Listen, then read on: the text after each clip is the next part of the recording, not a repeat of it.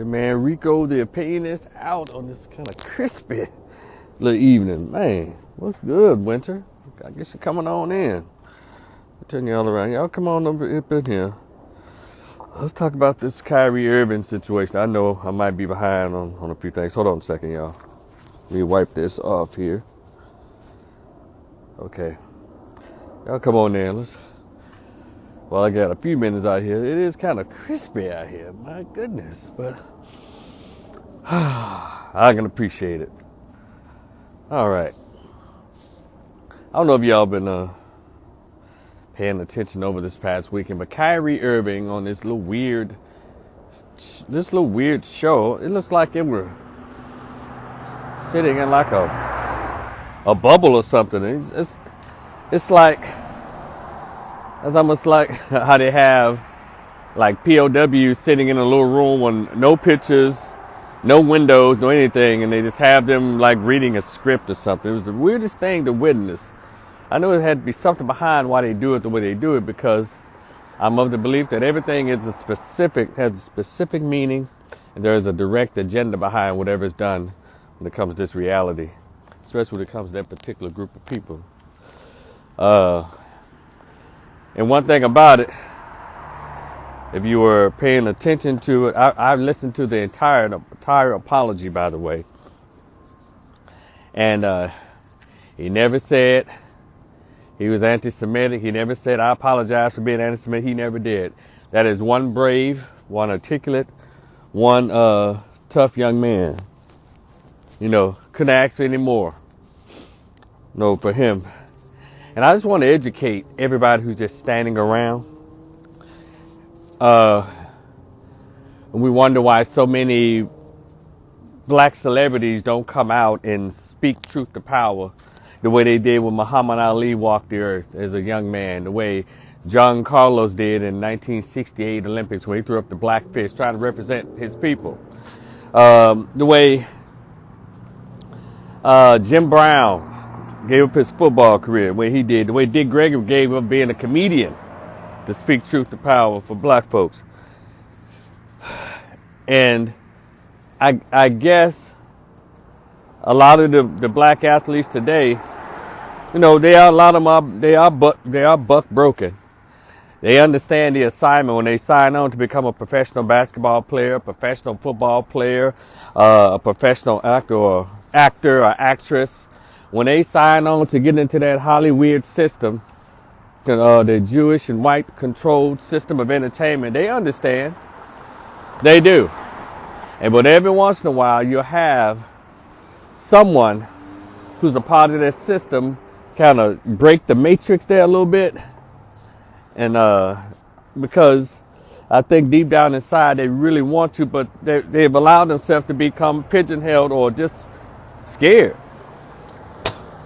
You know, and it's very interesting that during the days of Muhammad Ali, Jim Brown, and we're talking about this particular group of people called black entertainers and black professional athletes, why they're so, I mean, they really scared shitless. They don't want to do it because they understand if they do it, they know that they have their name, their body, their image tied and signed on a piece of paper. And so I just find it amazing when someone comes out and says something that really elevates and moves black people, try to move us forward. And you know, when God speaks, that devil gets busy. And so, you know, Kanye, you know, he's been called everything, but one thing he has not been called or proven to be is a liar. This round of attacks on Kyrie Irving that's been going on by this same group of people, barely 2% of the population, barely 1/10 of a population on, you know, in the country. You know, they seem to have control, have everybody's name written down on some paper. There's black and there's an entertainer, there's an athlete, whatever you want to do, and you want to become rich and famous, you have to go through Jews and white folks. And that's why you have a lot of these professional blacks who don't want to say anything, because they know they've signed their lives away. They've sold their soul for a few pennies, a couple of pieces of silver. Come on, somebody. And that's cool. I'm not knocking. I'm trying to explain why we don't even need to waste any words on calling them bootlicks and bought off and Sambo. We don't even we don't have to waste our words on it. Because they know, even your black rappers, they too are a bunch of bootlicks, but they're a bunch of Sambos. But every once in a while,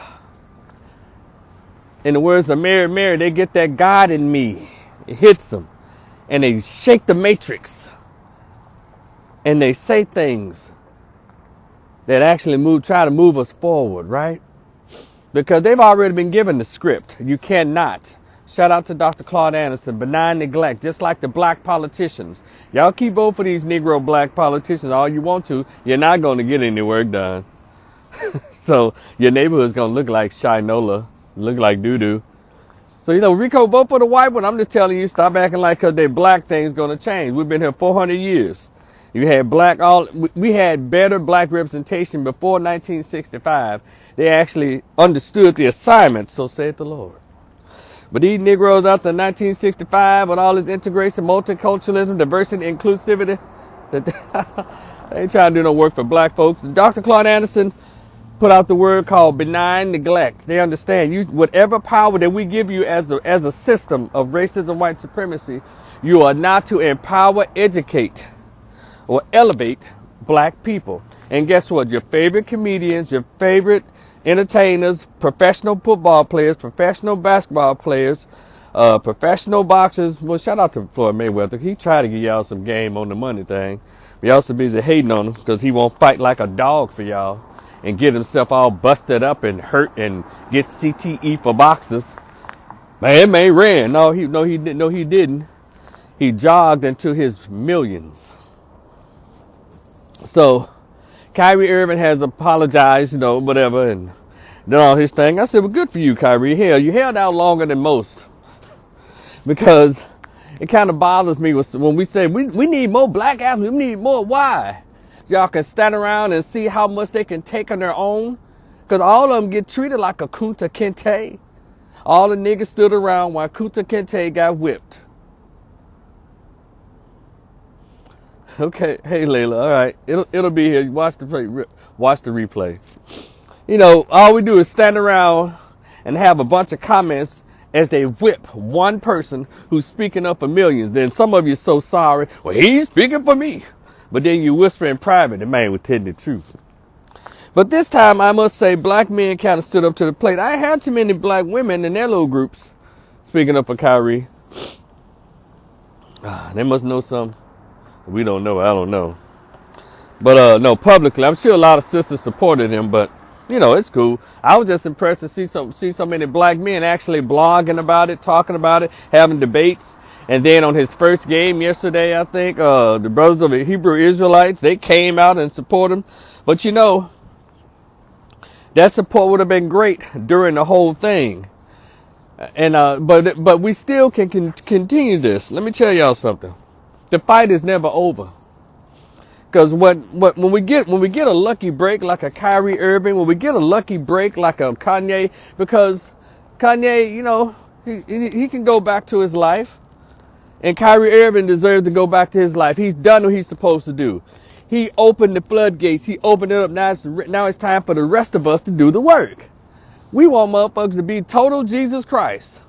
We want them to cake the fish, feed the multitude, turn the water into wine. We want like Moses, we want to part the Red Sea. We want to do everything. Damn, what we gonna do? Yeah. And I'm not here to debate about whether you agree or disagree with Kyrie Irving, because I understand what the scholars taught me in the 90s.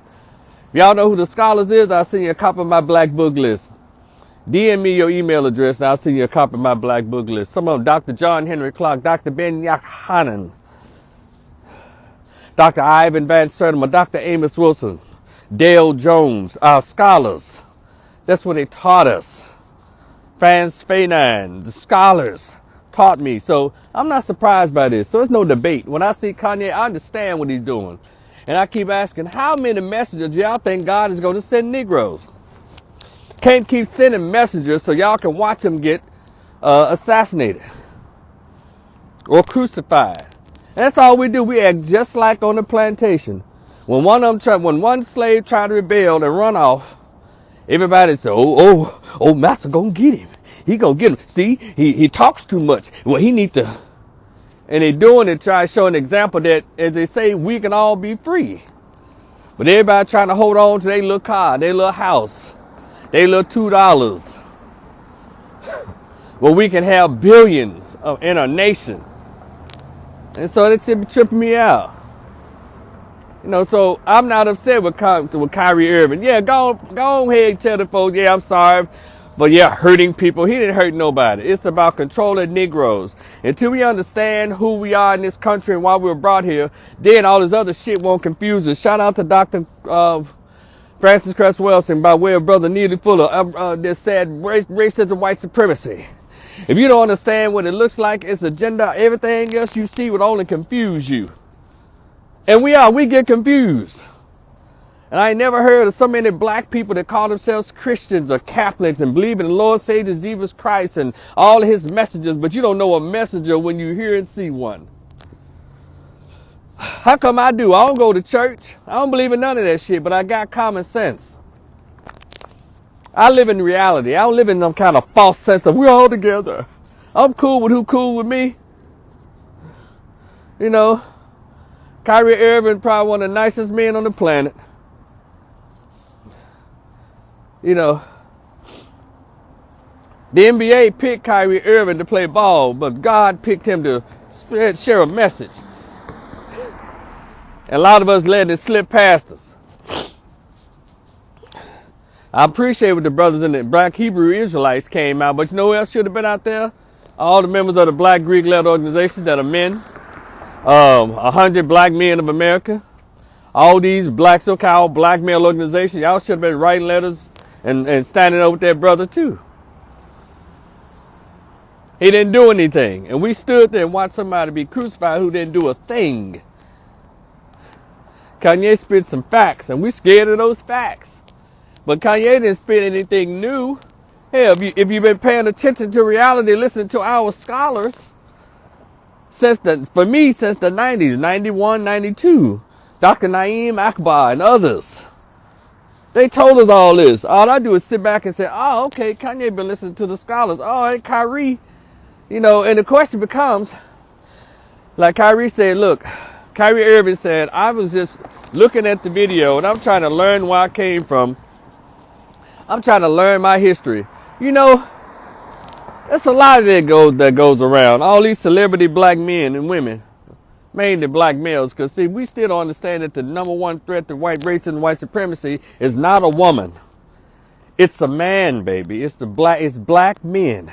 That's why Dr. Joanna Kunjufu said, if you want broken men, you first have to destroy them as boys. Michael Porter says, kill them before they grow. It's the name of a book. Y'all, come on. Don't make me seem like I'm the smartest dude in the room. Don't make no damn sense. The scholars have died broke. They've died in nursing homes trying to teach a rebellious, hard-headed ass race of people in America. This is who y'all. Did we mess around and meet a white girl or an Asian man or whatever? You know, race ain't even a pride. You know, we all just human beings. We all just people. Yes, what's up? I'm in the car. So you back, bro, cuzzo? You back? Good. Welcome back, man. I'm gonna call you, man, when I get on this live, probably later on tonight. Congratulations, man. Pictures look good, too. That's all live. We're gonna talk a little, cuzzo. Anyway, let me get back to this business. Look. We get thrown off so easily. You know, so I'm saying I'm not upset with Kyrie at all. But hell, going back to making your $280,000 a game and stop going broke for a bunch of sorry ass, scary ass people. He's not supposed. Y'all thought he's supposed to hold out on his own for the rest of the damn season? He did what he's supposed to do. Now it's time for us to do this. Let me give y'all a hint. Now it's time for all of us who agree with Kyrie and agree with Kanye to write a letter or email and to the offices of the American Definition, the ADL, that little organization of 5 Jews that try to run everybody. They got the executive director on there, so write him a letter to tell him this: your day of running black folks is over. And the reason they don't like for athletes, professional athletes, professional actors, people they give huge platforms to when they sign up on the dotted line. The reason they give them that because the reason they get on their ass real hard is because they don't want to inspire. They don't want them to use their platforms to inspire the youth, to encourage young black men to stand up and fight. Because who watches basketball more than anybody? Young black boys. Who watches football? No, professional football. Every time I'm going, now I know everybody plays football. I get it. I got that. So I'm not saying that we're the only race to watch football. So I hope no one's being ignorant. I'm telling y'all, due to the fact that systematically fathers have been taken out of the homes of black boys, well, a lot of the athletes and rappers and all those folks have become like surrogate dads. And so they look up to them harder than most groups do. And so when they see their favorite basketball player, the favorite football player, they're hinging on every word that they say. And they know this. So if y'all pay attention to these interviews when these white folks are talking, these Jews, they always say, aren't you mindful of the influence that you may have on those impressionable fans of yours? What they're saying is, hey man, don't wake those people up. That they never ever come out and say exactly what the anti-Semitism is, because it's not about this. It's about making sure that you keep black males asleep. Keep them rapping about death and murder. Keep them worrying about how much punani they can get. Because if you keep men or anybody concentrated on getting in the bedroom, you don't have to worry about them trying to fight to get to the boardroom or creating their own multi-billion-dollar business. Let me take a breath. But that's what this is about. Hell, I mean, the shit been done. Y'all didn't watch Farrakhan all these years, the same old stuff. But see, they going at Kanye and Kyrie as hard as they went at Farrakhan. But Farrakhan wasn't really reaching 8 to 15-year-olds. 8 to 22-year-olds. He had a reach, but he can't reach. Farrakhan's reach is not like that of a professional basketball player, of a professional football player. It is not. I'll debate anybody in the nation on that too. It's not. They don't reach like these. These guys reach global. They reach kids. And that's why they make sure that all the rappers talk about, all the black rappers, and anyone who gets into the rap game talks about nigga, nigga, murder, murder, nigga, nigga, nigga, murder, murder. They can't talk about rise up, stand up, take care of yourself, be married for you have your children, do this, that. They can't teach them, so they're not going to sign them and promote these images that are destructive. So that's why they that's why they go hard on these entertainers, because they've given them a platform when they can reach millions. And they need to keep these folks in check. Do y'all understand me now? Do y'all understand it now? So go ahead, Kyrie, man. Go on, make your money. These Negroes have stood by and ate popcorn and debated in private about whether you right or wrong instead of getting their ass on the telephone, making more videos, more blogs. And also physically, what needs to be done is at least 5,000 to 100,000 black people, if not black men, need to walk up to the offices of the ADL, Anti-Defamation League offices, as well as the Jewish Defamation League offices, and tell them face to face, your day of running black folks over. Got to stand up and be men. I appreciate the blogs. I appreciate all the letters. Well, they got the hit pieces coming from the New York Post and all this kind of stuff, but nobody reads that shit. And what they did at the Barclays Center for Kyrie and all those brothers and the Hebrew Israelites, that needs to be done at those ADL offices, and they need to be done everywhere. Let Jews or Jewish America, and let white folks know, y'all done. It's done. Y'all running black men. Let Shaquille O'Neal, let Charles Barkley, Shannon Sharp, all of them, who else came? All of them know. Y'all little bootlick bucket of chicken eating ass bastards. Y'all are done. And we're going to get on y'all ass too every time. Then try to be smart about it. No, y'all are in the wrong. And you don't have to agree. How about just shut the fuck up? But see, when you are when you sign your name on a dotted line and they start giving you stuff, give you opportunities to make billions of dollars, because Shaquille O'Neal has the IQ of turtle nuts. Kareem Abdul-Jabbar hadn't been relevant since the 1970s.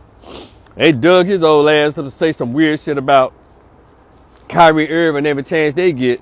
They find these old sorry, broken, bent over desk ass black dudes to come out and talk trash about a rebellious slave. And it's time. So for everybody trying to call Kyrie Irving, well, man, he apologized. They finally butt broken. No, they didn't. Hell, I'm giving permission. Go on, man. Go on, play basketball. Get back to your little pretty, little brown-skinned wife, little tan wife. Go on back to your life, man. Make your money. You lost enough thinking Negroes was going to stand up for themselves. Now, I will say his influence has set TikTok and Instagram on fire. People digging up information, about who Jews really are in this country and the history of them, and it's inspired a lot of folks to look up their history. So that's what they didn't want to happen. They didn't want him to inspire anybody black to look up their history. Now, again, we've had scholar after scholar after scholar to hit this country, hit this planet, hit this, man, all over the United States for over 100 years. But it doesn't seem to really hit home until a professional basketball player, a professional football player, and then if they're really good in tennis, a tennis player. We'll never hear anything like this from no Venus, no Serena Williams. Oh, never. She's so worried about. Anyway, who gives a shit about them? So, shout out to Kyrie, shout out to Kanye, and now they trying to halfway get on Dave Chappelle. Dave Chappelle does this dance with them all the time. He gonna be fine. He ain't gonna cancel Dave Chappelle. Because some of the stuff I didn't like that he said, I wasn't in 100% agreement with his little monologue. I understand trying to play the middle. But, the little stuff he said about Kanye, I didn't, is find particularly just gut-busting, funny. But he tried to make sure it's down the middle. Even with him trying to bring it down the middle, they still got on his ass. They still called him anti-Semitic. But I just find it very amazing that, we don't pay attention with Dave Chappelle. Dave Chappelle was not a black people's comic when he started out here. He didn't become black people's comic or black people paid attention to him until he started doing all the black stereotypes on this show, Dave Chappelle's show. Before then, he was one of them, one of them little, what we might consider a corny comic that comes to the Arlington Improv that we don't go see. Tell all them little jokes. But then they did their little movie about weed, and all of a sudden, that was still a white boy college getting high movie. He didn't hit the black circuit until he really started lining himself up with the neo soul artists. Did y'all pay attention? When he started lining himself with Erykah Badu and Black Thought and all of those folks. When he started lining himself with the black neo soul singers, that's how he got over to us. Now y'all can debate it all day long. I'm just trying to tell y'all. And so, this is not to hate on Dave, it's to put him in perspective, in context. So, when Jill Scott and all that, he aligned himself with those folks. Because, I'm not saying he doesn't say some cool stuff, but, and Questlove, who's that, Kevin? Yeah. And all those people. But Dave Chappelle is married to an Asian woman, right? And that's cool. Wherever you want to, but I just have a problem with, Dave says N-word all day long in his acts. And he just say nigga all day long. But he never says slant eye.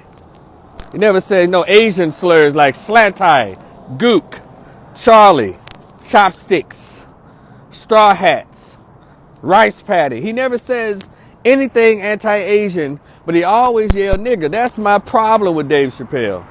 Because if he gonna be call himself gonna be telling the truth, say something about Asians. Say slant-eye, Dave Chappelle. Can you hear me, bro? Dave Chappelle, say slant-eye, rice patty, gook, Charlie, straw hats, rice patty. As much as you say nigga, Dave Chappelle. See, I look at everything. I'm not caught off by the punchlines. You know. So, anyway. I'm just saying, he's cool, but I don't understand black folks who our allies really are. Yeah, we're not even our own allies, so anybody can come in and just say stuff that we think is stereotypical black. Oh yeah, they black. You know.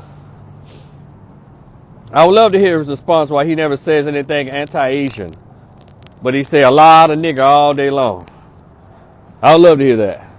We can say we want to say about people like the brother Alfonso Ribeiro that plays Carlton Banks with his white wife and non-black kids. We can say what we want to say about Byron Allen and his white wife and non-black kids. But one thing about those two men and a whole lot of black men who are married outside the race, they never say anything disparaging. They never say nigga. They don't even bother us. But these so-called cool black dudes that's married to non-black women with non-black children, they holler nigga all day long, and I don't like that. Say what you want to say about Candace Owens with her white husband and non-black child. She'll say nigga. So y'all get what I'm saying? I don't like these cool black folks.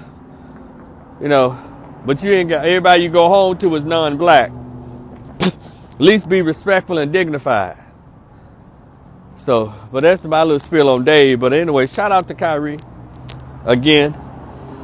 And I need us to understand.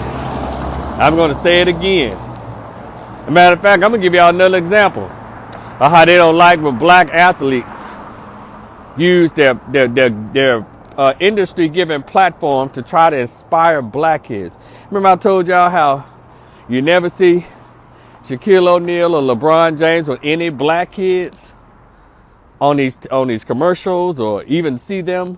Y'all ain't think Kobe Bryant even gave a black kid a pair of tennis shoes. But you never see these black NBA players. You never see the black football players throw a football to a black kid. Y'all ever seen that? Now, we can debate it. Y'all go find me to work. Because all of that's part of the white supremacist mindset. Never, ever. And most recently, some little video I saw, some little white kid, some kind of way was able to get up to close to Shaquille O'Neal and touch his leg. His mom was like, no. Then Shaquille grabbed him and picked him up and hugged him. See, the biggest, the blackest athletes that we have, they're being made to look like the big gentle giant to everybody white. Because they're there for entertainment. You know, they're not supposed to not look happy and they're supposed to always be grinning. You know, but then those same black dudes come around black folk act like they're the meanest, baddest motherfuckers going. Grimace on their face, talking shit. Steven Jackson with that stack fire, he likes to smoke blunts and then holler, peace be unto Allah and all that shit. So how you smoke blunts and claiming gangs and shit and you supposed to talk about some peace be unto Allah and all that weird motherfuckers. Woo! Come on, somebody. I know it ain't just me, but I'm just on my platform talking about it. It's the weirdest thing. And I want to give y'all something else. Y'all remember Marshawn Lynch? When they tried to punish him because he had got tired of it. It is my opinion, you know. Marshawn Lynch had told that little wicked ass press corps that I was asking these old funky questions, slick racist questions, trying to get the athletes caught up in the bias so they can get probably attacked in society. And Marshawn Lynch is like, look, I'm not talking to y'all anymore. But, you know, then the first thing they want to do is start attacking these players' money. They want to start attacking their money. So they threatened to fine Marshawn Lynch if he didn't participate in a whack-ass press conferences after the football game. And that's when Sierra's husband, Russell Wilson, was the quarterback. And I'm not into sports. I pay attention to human behavior. Marshawn Lynch. And he'll come in there and say, look, I'm here because they said I have to be here. And that's why I'm sitting here. And they're asking me anything. He'll just repeat, I'm here because they say I have to be here and I blah, blah. He does his 5 minutes and he got up, right? But Marshawn Lynch was a hell of a football player. He ran that damn football in, and they were about to win that game against New England Patriots. Y'all know that old guy what's that New England Patriots when Brady was quarterback? He was Mr. Deflation, and they still let him still be a star. He done sucked air out the football and shit, and they still let him be a star. But y'all ain't pay attention to that. Pay attention to that, huh? And I'm not even into sports. I just pay attention to behavior. And so Marshawn Lynch had run that football. Now, mind you, Marshawn Lynch, very popular football player. Y'all remember when I just told y'all a few minutes back that black children really look up to professional football players and professional basketball players? Black boys, 8, 9, 10, 12, 6, 5, they love it, right? So, Jeffrey North, what's up, man? And so, Corey Gray, what's good, bro? And so, Marshawn Lynch had the eyes of all those young black boys. Marshawn Lynch was about to win, I think that's Super Bowl. And I saw this with my own damn eyes. He had been running the ball straight up the field. And at the end, this is what happened. This is my opinion. I said, they were not going to let Marshawn Lynch, they were not going to let that team win. Who was they playing for? I forget that damn Minnesota Vikings, I guess. I don't know who they played with. But it was not going to let them win. And Marshawn Lynch being held up as a superstar or the MVP of that game. So they did their own, I guess, putting that rebellious slave back in his place. So Sierra's husband, in my opinion, all he had to do, because it was right there on the line. It was like 3 steps from the damn touchdown. And Sierra's husband purposely did not hand the ball off to Marshawn Lynch. Instead, he threw a pass where the guy caught the ball and they won. The guy to end up winning the game. And I said, wow, he was given a call right there on the field to purposely throw that game so Marshawn Lynch would not look like the superhero to all those millions of black boys who were watching him all while he was rebelling against the system, saying, no, I don't want to say anything to these punks. Yeah. I know a lot of you said, damn, Rico, you really looking at, yeah, I pay attention. Y'all thought they just lost, huh? Nope. These billionaires will give up some money to make sure a Negro is kept in his place. And that's how it works. And so, anybody trying to call Kyrie, say he was buck broken and all that, he wasn't. Because he never said, I was anti-Semitic and I apologize. He never. He just said, look, I apologize. Look, he went on and told him again everything he's been saying. I was trying to find my own history. I don't know why that hurt some people's feelings, but hey, if you hurt your feelings, I apologize. Simple shit. Now he's playing again, and let's move on. Now, what we need to do, for those of us who support what he's done or understand the facts and information that he's put out, and we support him, our job is to keep it going. All it takes is a letter to the Anti-Defamation League. Let them know we tired of y'all trying to tell folks what the fuck to do. And let the Jewish Defamation League know we're tired of y'all. And let this be across the country. And for y'all to think that we're talking about all Jewish people, no, we're talking about you little funk ass ones in that organization. I'm sure there's some pretty nice Jewish people out there, I'm sure. But all this playing victim every goddamn time somebody actually finds a history of who y'all are, we're not doing that anymore. And they always use the black athletes, the black celebrities, to teach the rest of us a lesson. We're not doing that because people. Oh, first of all, we already knew. I already knew the Jews did. These are the fake Jews. We already know what Israel doesn't belong to them. It belongs to Palestine. We already know that. But the professional black athlete can really drive that home, but they don't want them to. So we have to understand why they go after these professional black athletes the way they do. Do you understand now? So we stop pretending. Well, a lot of us probably don't know because we don't read shit. Think out in the 90s, Black America stopped reading. We don't teach our kids. Let's go back to something Kyrie Irving said. He said, I was just searching for the truth about who I am, about my history and all of that. Then it made me think, Kyrie Irving is not the one or not the only grown black man who doesn't know his history. There's so many grown black children, so many grown black men and black women who don't know their history, who don't know the history of us as being of African descent or descendants of Hebrews. We don't know anything. We all sitting here 45, 50 years old, surprised. And so if we got a bunch of grown ass black men who don't know their history, we know the children are just fucked. No, they ignorant as a rock. And so that's why a lot of stuff is happening to black kids in these schools, because they don't know their history. They're being taught it don't matter. It ain't even about race. It's about people. People are people. And, they got your friends, y'all kids, y'all got y'all kids at these multiracial suburban schools. I bet you their Asian friends know their history. I bet their friends from India know their history.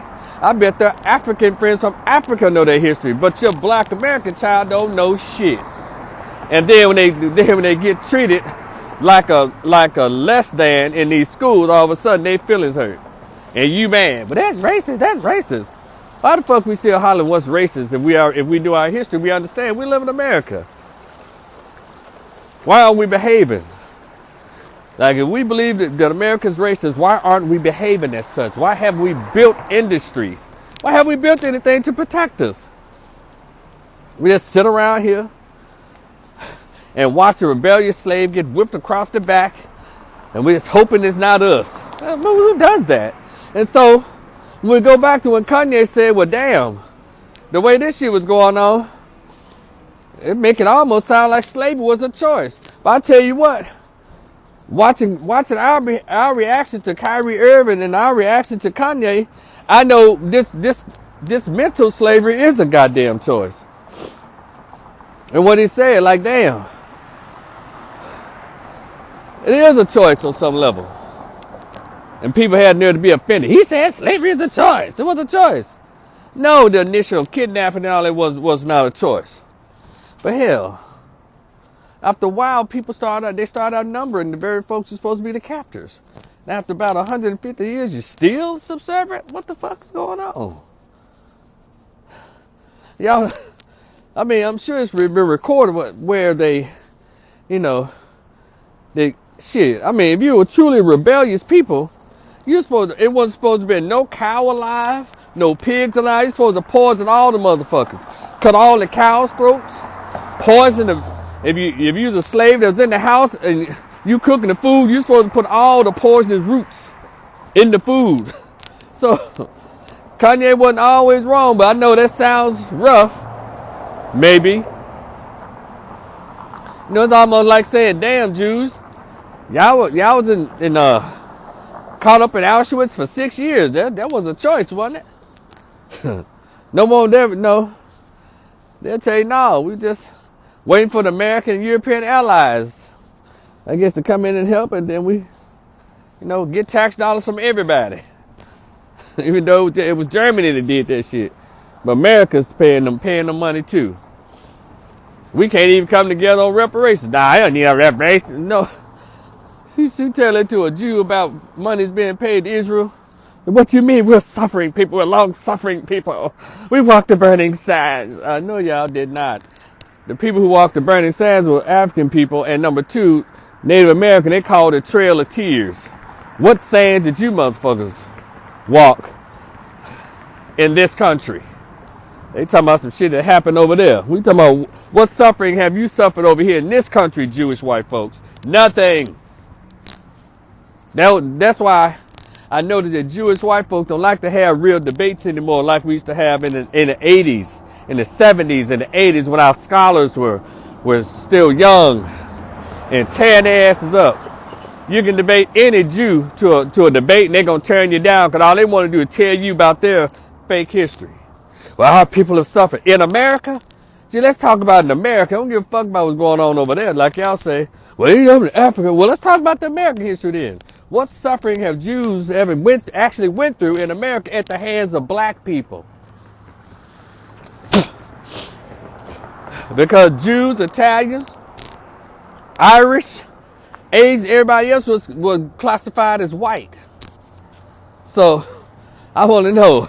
But anyway, I'm going to end this right here. And y'all know, check out my book.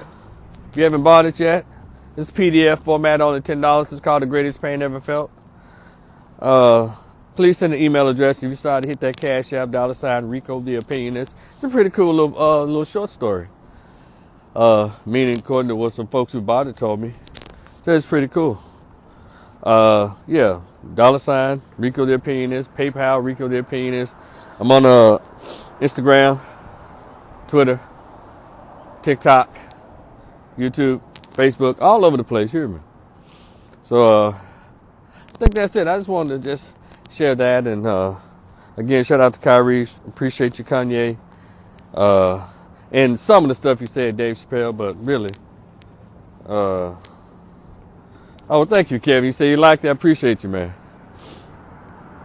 I know, but anyway, it's gotten dark on me. It's got a little chilly, so let me go ahead and shut it down, and we'll talk again. I have another video. I want to talk about what happened in Cabo, Mexico with the sisters. So y'all stay tuned. About 30 minutes or so, I'm going to come back on in a warmer place and have that discussion, or at least give my thoughts on it. All right?